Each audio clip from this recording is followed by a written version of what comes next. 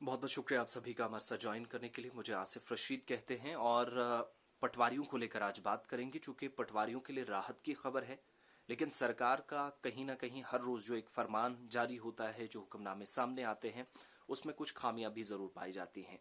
तकनीकी तौर पर कुछ खामियां एक और नए हुक्मनामे में है, नए सर्कुलर में है, वो मैं आपके सामने रखूंगा। लेकिन उससे पहले मैं आपको बताऊं कि पटवारी, आपको याद है कि पिछले तकरीबन 1.5-2 हफ्तों से एहतजाज कर रहे हैं और इस एहतजाज की वजह से कामकाज मुतासिर हुआ है काफ़ी ज़्यादा। जब जम्मू कश्मीर के अंदर लैंड पासबुक्स बन रही हैं, जब प्रिंट से इलेक्ट्रॉनिक सिस्टम यानी ई ऑफिस की तरफ या डिजिटलाइजेशन की तरफ इस वक्त लोग जाने की कोशिश कर रहे हैं, सरकार पूरे रिकॉर्ड को एक जगह से दूसरी जगह शिफ्ट करना चाह रही है ऑनलाइन मोड पर, तो उस वक्त पटवारियों की काफ़ी ज़्यादा ज़रूरत है।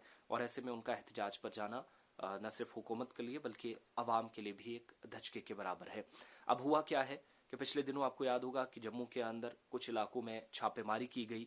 छापेमारी पुलिस डिपार्टमेंट ने की, रेवेन्यू डिपार्टमेंट ने की और डिविजनल कमिश्नर जम्मू ने यानी सूबाई इंतजामिया की तरफ से भी की गई। छापेमारी के दौरान मुख्तलिफ मकामात पर जो है वो रिकॉर्ड,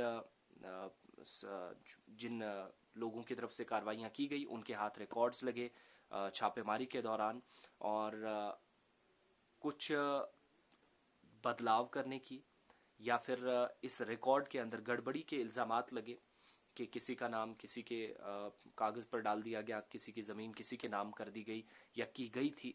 चुवादी जम्मू के अंदर भी इस तरह का एक मामला पेश आया। उसके बाद छापेमारी मुख्तलिफ मकामात पर हुई और कुछ पटवारी जो है वो गिरफ्तार हुए, वो सलाखों के पीछे गए। बाकियों ने फिर उनकी रिहाई की मांग की को लेकर एहतजाज शुरू कर दिया।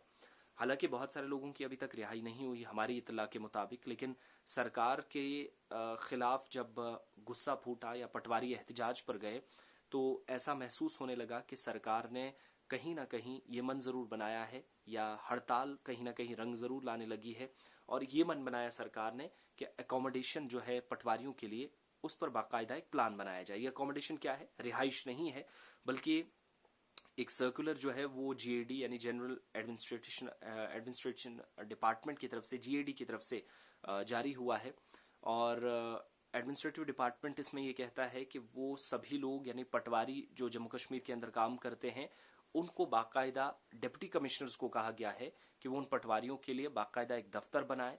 दफ्तर स्कूल में हो, ज़रूरी है कि किसी सरकारी इमारत में होना चाहिए, और इसमें यह होना चाहिए कि फर्निशिंग, फर्नीचर्स और बाकी तमाम सहूलियात वो इस दफ्तर में रखे। यानी डिप्टी कमिश्नर से कहा गया कि इन पटवारियों के लिए इन दफ्तर में सारी सहूलियात होनी चाहिए। सरकार को होश ज़रूर आया, लेकिन एक लंबे अरसे के बाद, चूंकि मैं जहां खामियों की बात कर रहा था, तो सरकारी स्कूलों के ऊपर भी सरकार की नज़र है। कहा गया कि सरकारी स्कूलों में भी पटवारियों को दफ्तर दिए जाए, और जहां पर ये दफ्तर होगा उसके बाहर साइन बोर्ड लगा होगा, हिंदी, उर्दू और इंग्लिश का इस्तेमाल करके साइन बोर्ड के ऊपर पटवारी का नाम, उसका मोबाइल नंबर, कि कौन सा पटवारी कहाँ पर रहता है, वो सारी चीज़ें उस पर मेंशन होनी चाहिए।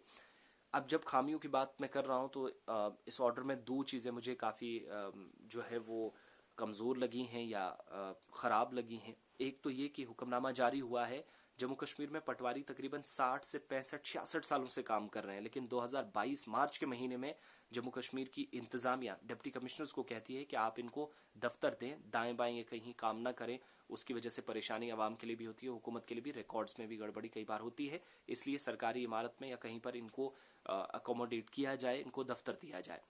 यानी 60-65 सालों बाद सबसे इम्पोर्टेंट डिपार्टमेंट जो जम्मू कश्मीर के अंदर काम गुज़श्ता तकरीबन 65-70 बरसों से कर रहा है, उसके लिए दफ्तर आज के टाइम में बनेंगे। सरकार को अब जाकर याद आता है। दूसरी बात इसमें बड़ी परेशानी मुझे जो लग रहा है अपने इस हुक्मनामे में, वो ये है कि सरकार ये तो कहती है कि साइन बोर्ड इसके ऊपर होना चाहिए, साइन बोर्ड में हिंदी, इंग्लिश, उर्दू होनी चाहिए, लेकिन कश्मीरी और डोगरी का क्या, जिनको सरकार ने ऑफिशियली जो है वो ऑफिशियल जुबान रिकग्नाइज किया है।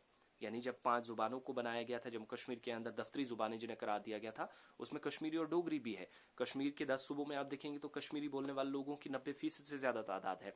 जम्मू प्रोविंस में आएंगे तो डोगरी बोलने वाले तकरीबन 5 से 6 डिस्ट्रिक्ट्स के अंदर पब्लिक है, और ऐसे में डोगरी और कश्मीरी का इस्तेमाल न करना, ये भी अपने आप में नुकसान इन दोनों लैंग्वेजेस के लिए। और साइन बोर्ड पर सिर्फ इंग्लिश, हिंदी और उर्दू जो है वो उसका इस्तेमाल होगा, ये भी कुछ लोगों के लिए परेशानी होगी, चूंकि लोकल लैंग्वेजेस पर फोकस नहीं जिनको ऑफिशियली सरकार ने रिकग्नाइज किया है।